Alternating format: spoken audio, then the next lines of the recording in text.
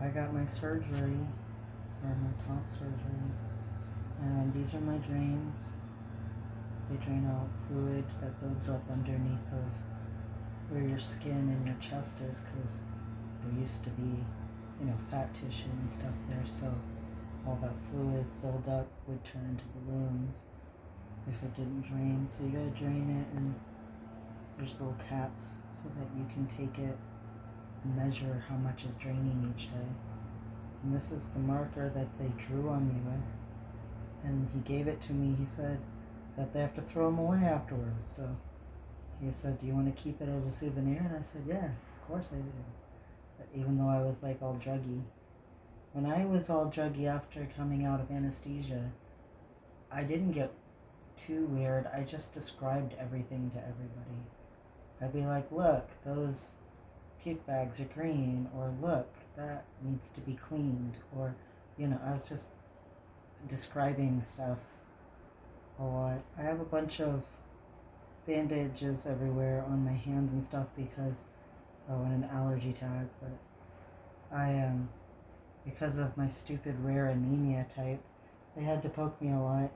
They had to get the super IV nurse to do my IV, and even her, she had to do me blind and told the other nurses I was really hard because my blood is pretty problematic for people just trying to draw blood, let alone put in an IV. My veins are so short.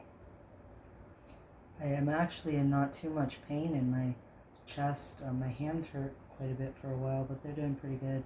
My throat from being intubated has been pretty sore, but that's supposed to go away, maybe even tomorrow or the next day.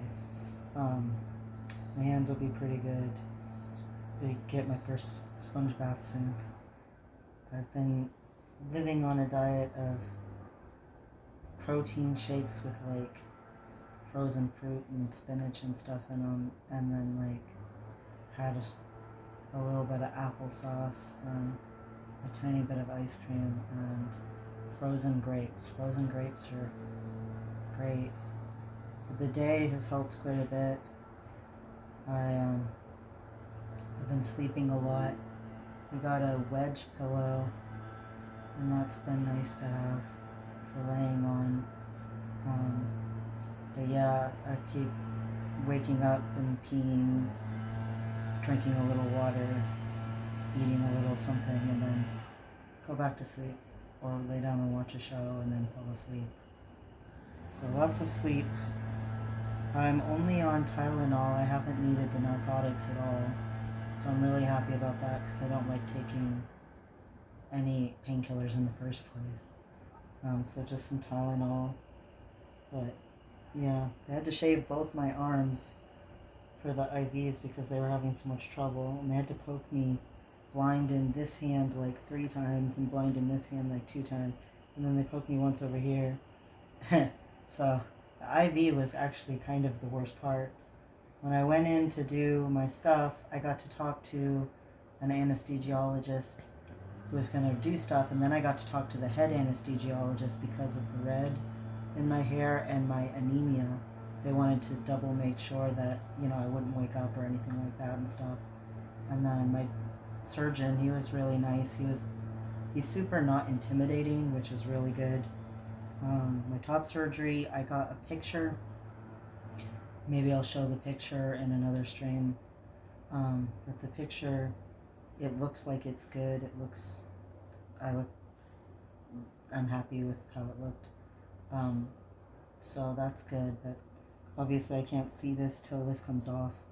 And they remove the drains, which will be on the 18th, so 5 days from the day of surgery to the day they pull the drains out.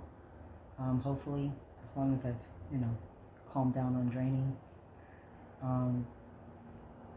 When I went in for the surgery, they put leg hugger things on me to help keep my legs hot, even besides the things that they put on there that squeeze alternating to keep your blood circulation and everything going well.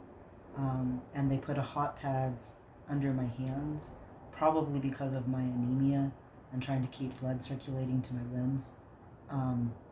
and they also, you know, gave me extra oxygen before they gave me any of the anesthesia. Um, Again, probably to make sure there's plenty of oxygen in my blood, because again of my rare anemia.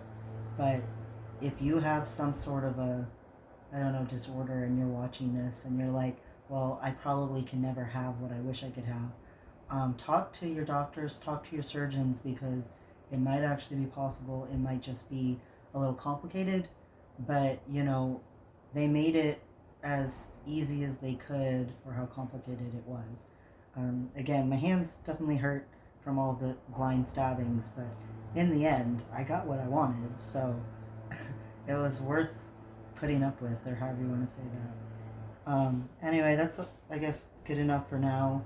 I just wanted to get it all out while I'm awake enough to talk about it, because it is the day after, and I'm pretty, you know, drowsy and stuff. But I seriously, the chest stuff and everything hasn't been very painful, so good job to my surgeon. Like, every once in a while, if I move too much, it pulls a little, but I don't want to move too much anyway, because I don't want my scars to stretch, so it's all good. Anyway, I guess that's all I have to say for today. You can stop recording.